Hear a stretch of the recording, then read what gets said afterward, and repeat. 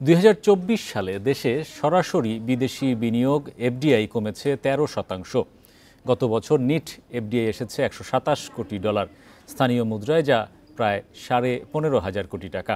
Foreign investors chamber বলছে, নীতির ধারাবাহিকতা, বিশ্বাসযোগ্যতা ও ব্যবসার পরিবেশ সূচকে বাংলাদেশ পিছিয়ে আছে। বিদেশি বিনিয়োগ বাড়াতে এসব জায়গায় উন্নতির পাশাপাশি দেশের শক্তিশালী ব্র্যান্ডিংয়ের তাগিদ সংগঠনটির। বাংলাদেশের মতো উন্নয়নশীল দেশের অর্থনৈতিক প্রবৃদ্ধি ও কর্মসংস্থানে বিদেশি বিনিয়োগ খুবই গুরুত্বপূর্ণ, কিন্তু ঐতিহাসিকভাবেই এমন বিনিয়োগ আকর্ষণে পিছিয়ে রয়েছে দেশ।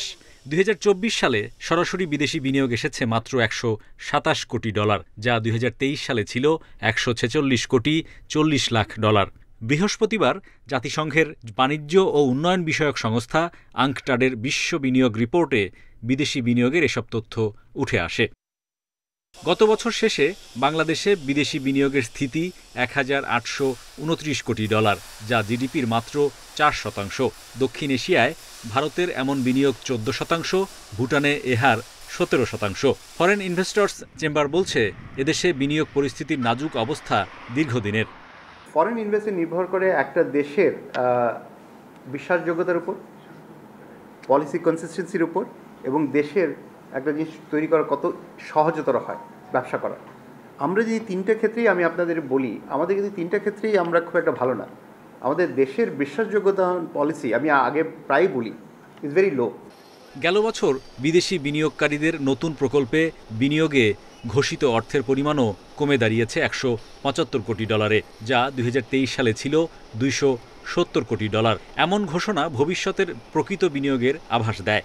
তবে বিনিয়োগকারীরা বলছেন, অন্তর্বর্তী সরকার বেশ কিছু ইতিবাচক পদক্ষেপ নিচ্ছে, যার সুফল মিলবে ভবিষ্যতে। একটা বড় কাজ করতে হবে যে আমাদের দেশের এই ব্র্যান্ডিংটা বাড়াতে হবে টু স্টার্ট উইথ। সো আমাদের এফডিআই ইস্যু কিন্তু is a long term issue. হ্যাঁ, যে বাংলাদেশ প্রেফারেবল ডেস্টিনেশন, সেটা আমাদেরকে পিচ করতে হবে, সেল করতে হবে, এবং এটা will take a lot more time. বিদেশি বিনিয়োগ বৃদ্ধির জন্য দেশের আইন শৃঙ্খলা পরিস্থিতির উন্নতি, সচল অর্থনীতি ও রাজনৈতিক স্থিতিশীলতাও জরুরি বলে মনে করেন সংশ্লিষ্টরা। Hari Saha, Independent News, Dhaka. এ বিষয়ে বিস্তারিত আলোচনায় আমাদের সঙ্গে যুক্ত হচ্ছেন বেসরকারি গবেষণা সংস্থা বাংলাদেশ পলিসি এক্সচেঞ্জের চেয়ারম্যান জনাব এম মাসরুর রিয়াজ। জনাব রিয়াজ, আপনাকে স্বাগত জানাচ্ছি। আমরা গত ১০-১৫ বছর ধরে দেখে এসেছি যে বিদেশি বিনিয়োগ বাড়ানোর জন্য নানা রকম রোড শো, বিভিন্ন সম্মেলন বা অনেক নতুন নতুন সেবা সংযোজনের ঘোষণা আমরা দেখতে পেয়েছি, কিন্তু বাস্তবে আসলে কতটুকু সেগুলো কাজে এসেছে এবং প্রকৃত অর্থে আমরা যেটা দেখতে পাচ্ছি যে বিনিয়োগ কিন্তু কমছে, মূল সমস্যা কোথায়? ধন্যবাদ। দেখেন, এইবার কালকে আঙ্কটাডের যে গ্লোবাল রিপোর্টটা বেরিয়েছে, সেই জায়গায় দেখা যাচ্ছে বাংলাদেশ কনজিকিউটিভলি পরপর 4 বছর ধারাবাহিকভাবে এফডিআই কমছে। সেইখানে এইবারে বাংলাদেশের কমার যে পরিমাণটা 13%, এইটা আমাদের ভারতেও কমেছে কিন্তু 2%, এশিয়াতে কিছুটা কমেছে। আর গ্লোবালের নেট এফডিআই, যেটা আমরা নেট এফডিআই যদি ধরি গ্লোবালে, সেটাও কমেছে, কিন্তু সেগুলোর কমার যে রেট, তার চেয়ে বাংলাদেশের ড্রপটা আরও বেশি। তো সেটা একটু আমি মনে করি অ্যালার্মিং। আর আরও বেশি অ্যালার্মিং হলো গ্রিনফিল্ড ইনভেস্টমেন্ট, যেটা সত্যিকার অর্থে প্রকৃত এফডিআই বলা হয় বা নেট ইনভেস্টমেন্ট বলা হয়, সেইটা কিন্তু এবার ড্রপ করেছে 35%, মানে 2024 ক্যালেন্ডার ইয়ার। আগামী ভবিষ্যতের বিনিয়োগ প্রতিশ্রুতি যেটা। সুতরাং এখন জি ভবিষ্যতে, কারণ এটা একেবারে নেট বেনিফিটটা বাংলাদেশ বা যেই দেশে আসে সেই দেশ পায়, সেই জায়গায় কিন্তু ড্রপ আরও বেশি, মানে ওভারঅল 13%, কিন্তু নেট এফডিআই, গ্রিনফিল্ড এফডিআইতে 35%। এটা খুবই অ্যালার্মিং। তো কেন বাড়ছে না? আপনি বললেন যে অনেক ইভেন্ট হচ্ছে, অনেক ধরনের অনুষ্ঠান হচ্ছে, কিছু সেবা। এখন দেখেন, সেটা হলো যে আপনি যদি সামগ্রিক অবস্থাটা অ্যাসেস না করেন এবং সামগ্রিক অবস্থায় কোথায় দুর্বলতা আছে, সেই দুর্বলতাগুলো ঠিক করার জন্য সমন্বিত, টাইম বাউন্ড, ভেরি ফোকাসড, আমরা যেটাকে রিফর্ম মেজার্স বলি, সেগুলো না নিয়ে আমরা যদি শুধুমাত্র ইভেন্ট করি বা আমরা যদি শুধু সার্ভিস ইমপ্রুভ করি, তাহলে ওই অন্ধকারে ঢিল ছোড়ার মতো হয়ে যাচ্ছে। আমি মনে করি কয়েকটা জায়গায় প্রাথমিকভাবে প্রবলেম, মানে বাংলাদেশের ফান্ডামেন্টাল ইস্যুসগুলা। প্রথমত হলো বাংলাদেশের কিন্তু কোনো বিনিয়োগ নীতি নেই, ইনভেস্টমেন্ট পলিসি বলে বাংলাদেশের কিছু নাই। এখানে একমাত্র এফডিআই এর জন্য ডিরেক্ট রেলেভেন্ট লটা 1980 সালের ফিপা, সেই সময়ের থেকে পুরো পৃথিবী এবং বাংলাদেশ তার অর্থনৈতিক প্রেক্ষাপট, বিনিয়োগের প্রেক্ষাপট চেঞ্জ হয়ে গেছে। সো ইনভেস্টমেন্ট পলিসি না থাকায় আমাদের বিনিয়োগের জন্য কোনো কৌশল এবং ওভারঅল যে আমাদের অর্থনৈতিক যে প্রবৃদ্ধির কৌশল বা নীতি, সেটার সাথে লিঙ্কেজগুলো মিসিং, এক নাম্বার। দ্বিতীয় হলো আমাদের বিনিয়োগ পরিবেশ, সেখানে সেটা ইমপ্রুভমেন্টের কিছু ছড়ানো ছিটানো এফোর্ট হয়েছে গত 20 বছর বা 25 বছরে, কিন্তু এগুলো একেবারেই আইসোলেটেড এবং ছোট ছোট, যার কারণে এগুলোর থেকে আমরা কোনো বেনিফিট পাচ্ছি না। কারণ ইনভেস্টমেন্ট ক্লাইমেট একটা মানে এটা অনেক কিছুর, অনেক ধরনের পলিসি, অনেক থিমেটিক এরিয়া, অনেক রেগুলেশন, এগুলোর সমারোহে ইনভেস্টমেন্ট ক্লাইমেট হয়। সুতরাং আমাদেরকে এখানে একটা হোলিস্টিক মাস্টার অ্যাসেসমেন্ট এবং তার ভিত্তিতে মাস্টার প্ল্যান প্রয়োজন ছিল, সেটা আমাদের নাই, যেটা ভিয়েতনামের আছে, যেটা থাইল্যান্ড ফলো করে, মালয়েশিয়া ফলো করে, উন্নত দেশগুলো তো আছেই। তো আর তারপর হলো আমাদের এই নীতি কাঠামোর মধ্যে অনেক ধরনের আইন আছে, যেগুলো কিছু আছে অনেক পুরনো, এগুলো বর্তমান বাস্তবতায় কাজ করছে না। আর কিছু আছে আইন ভালো বা রেগুলেশন ভালো, কিন্তু সেগুলোর ইমপ্লিমেন্টেশন, বাস্তবায়নের ক্ষেত্রে বা রেগুলেটরি সার্ভিস ডেলিভারির ক্ষেত্রে সেখানে ইদার রেড টেপস অথবা করাপশন অথবা non transparency, human to human contacts, ডিজিটালাইজেশনের অভাব, এই জিনিসগুলো এসে এফেক্ট করছে। আর এর সাথে আরেকটা চতুর্থ বিষয় আমি যেটা বলবো, সেটা হলো আমাদের বিনিয়োগটা আসে কিন্তু কোনো না কোনো সেক্টরে। খেয়াল করেন, বিনিয়োগ জেনারেল আসে না, it's not a budget support যে একটা থোক বরাদ্দর মতো আসলো, এটা কোনো একটা খাতে, কোনো একটা প্রোডাক্টে আসে, রাইট? আমাদের বিনিয়োগ এনে অ্যাঙ্কর করার মতো এনাফ কম্পিটিটিভ সেক্টর নেই। যে এক্সপোর্টের জন্য সবেধন নীলমণি রেডিমেড গার্মেন্টস, তার সাথে ছোটোখাটো লেদার অ্যান্ড ফুটওয়্যার আছে, অ্যাগ্রো প্রসেসিং 1 বিলিয়নের মতো হয়, আইটি এখনও 1 বিলিয়ন পার হয় না, যার আর ডোমেস্টিকে ধরেন আর 3-4টা হয়তো কনজামশন ওরিয়েন্টেড সেক্টর আছে, বাট দ্যাটস অ্যাবাউট ইট। তো আমি যদি এনাফ কম্পিটিটিভ সেক্টর না থাকে, আমি অ্যাপিল করব কিভাবে ফরেন ইনভেস্টর যাকে নিয়ে আসবো?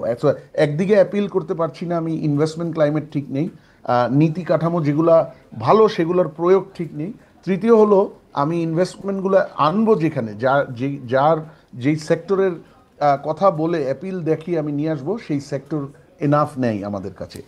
জনাব মাসুদ রিয়াজ, আমি আরেকটি প্রশ্ন করতে চাই, সেটা হচ্ছে যে বিদেশি বিনিয়োগকারীদের যে প্রতিনিধি সংগঠন রয়েছে ফিকি, তারা বলছে যে বাংলাদেশের যে ব্যবসা সংক্রান্ত যে নীতি, এর ধারাবাহিকতার অভাব রয়েছে এবং কমিটমেন্টের প্রতি বিশ্বস্ত থাকা, সেই কমিটমেন্ট দেখা যাচ্ছে যে করছে, সেই কমিটমেন্ট খুব বেশি দীর্ঘস্থায়ী হচ্ছে না বা কমিটমেন্ট রক্ষা করছে না, তেমন অভিযোগও তারা করেছেন। পাশাপাশি আরেকটু বলতে চাই যে আপনারা তো অ্যাডভোকেসি করে থাকেন, সরকারকে বিভিন্ন রকমের পরামর্শ দিয়ে থাকেন, আমাদের চেয়ে বিদেশি বিনিয়োগ আকর্ষণে যারা ভালো রয়েছে, ভারত, কম্বোডিয়া, ভিয়েতনাম, তাদের মডেল ফলো করার মতো বিষয়গুলোকে তুলে ধরছেন কিনা? প্রেডিক্টেবিলিটি তো ইজ বিগ প্রবলেম, কোনো সন্দেহ নাই। ওই যে বিনিয়োগ পরিবেশে আমি বলছিলাম যে নীতি কাঠামোর প্রয়োগে সমস্যা আছে, ওইটার সাথেই প্রেডিক্টেবিলিটিটা লিঙ্কড। আমাদের দেশে পলিসি এবং রেগুলেটরি কনসিস্টেন্সি এটা একেবারে নাই বললেই চলে। হঠাৎ যে কোনো আইন পরিবর্তন হয়ে যায়, প্রভিশন, লিগাল প্রভিশন বা রেগুলেটরি প্রভিশন চেঞ্জ হয়ে যায়, ট্যাক্স প্রভিশন দেখা গেছে, আপনারা হয়তো মনে আছে এই বছর জানুয়ারিতে কয়েকটা সেক্টরে বছরের মাঝখানে, মানে অর্থ বছরের মাঝখানে ভ্যাট বাড়িয়ে দেওয়া হয়েছিল, যার ফলে food processing sector, agro business sector, তারা একেবারে মাথায় হাত দেওয়ার মতো তখন প্রচুর হইচই হয়েছিল। জানুয়ারি মাসের কথা বলছি আমি, 5 মাস আগে। কারণ বছরের মাঝখানে এই ধরনের হুট করে যদি ট্যাক্স বা অন্য যে কোনো রেগুলেশন চেঞ্জ হয়ে যায়, তাহলে ইনভেস্টমেন্ট তো একটা long term commitment, long term planning, long term return gain. এখানে আপনি যদি কনসিস্টেন্সি না দিতে পারেন, পলিসি এবং রেগুলেটরি কনসিস্টেন্সি, আরেকটা হলো পরিবর্তন হতে পারে, কিন্তু সেইটার একটা প্রপার প্রসেস আছে, যে সবার সাথে আলোচনা করে, সবাইকে এনাফ নোটিশ দিয়ে, একটা সানসেট ক্লজ, একটা টাইম সেট করে সবাই জানবে যে এটা কেন চেঞ্জ হবে, কি চেঞ্জ হবে, কবে হবে। তো এই রেগুলেটরি অ্যাপ্রোচগুলো বাংলাদেশে বিদ্যমান না, যার ফলে এই প্রেডিক্টেবিলিটি একটা প্রবলেম। এবং অনেক জায়গায় কমিটমেন্টের ক্ষেত্রেও আমরা কিছু মাল্টি ন্যাশনালের কাছে শুনেছি, তাদেরকে একসময় জমি দিবে বলা হয়েছিল, 30 বছর বা 25 বছর একটা কোম্পানি, আমি কোরিয়ান ইপিজেডের কথা বলছি, 96 সাল থেকে তাদেরকে বসিয়ে রাখা হয়েছিল, মাত্র কিছুদিন আগে, কয়েক মাস আগে তারা সেটা পেয়েছে। এর বাইরে কয়েকটা কোম্পানি যাদেরকে লং টার্ম গ্যাস সিকিউরিটি দিয়ে নিয়ে আসা হয়েছিল এবং $500 মিলিয়ন উপর ইনভেস্টমেন্ট হয়েছে 20-25 বছরে, হঠাৎ করে দেখা গেছে তাদের গ্যাসের যে কন্ডিশন সেগুলো চেঞ্জ করে দিচ্ছে। তো এই যে প্রেডিক্টেবিলিটি, এই স্টোরিগুলো কিন্তু ছড়িয়ে যায় ইন্টারন্যাশনাল বা ফরেন ইনভেস্টমেন্ট কমিউনিটিতে, এবং তখন এটা কনফিডেন্সকে আঘাত করে। আর তার সাথে আমি আমি আমি এখন যেটা বলবো, আর আর আপনার একটা প্রশ্ন ছিল ক্যাম্বোডিয়া বা ভিয়েতনাম। দেখেন, তাদের আমরা মানে গ্লোবাল বেস্ট প্র্যাকটিস থেকে তো সবসময় লেসন নেওয়া যায়। তাতে হয় কি, আপনার সব কিছু শূন্য থেকে শুরু করতে হয় না, বা সব কিছুতে অ্যানালিসিস এক্সপেরিমেন্টে বেশি সময় নষ্ট করার প্রয়োজন হয় না। মানে কিছু একটা অন্য জায়গায় কাজ করেছে, সেটাকে এনে তবে কনটেক্সচুয়ালাইজ করতে হয় বাংলাদেশের বাস্তবতায়, সেই লেসনটা কাজ করবে নাকি সেটা অ্যাসেস করতে হয়, এবং কাজ করলে সেখানে কোথায় এটাকে কনটেক্সচুয়ালাইজেশন করতে হবে, একটু পরিবর্তন করতে হবে, সেই জিনিসটাকেও মাথায় রাখতে মানে হয়। গতিটা আর একটু বাড়ানো সম্ভব এইসব প্রক্রিয়ায়।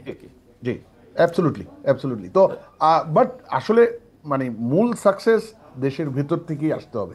মানে আমার ভিশন, সেই ভিশন অনুযায়ী লং টার্ম, মানে শর্ট, মিডিয়াম এবং লং টার্ম কৌশল, টাইম বাউন্ড, এবং সেই কৌশলের বাস্তবায়ন রোড ম্যাপ। এবং ধন্যবাদ তারপর জনাব actual মাসরুর রিয়াজ আমাদের সঙ্গে যুক্ত হওয়ার জন্য।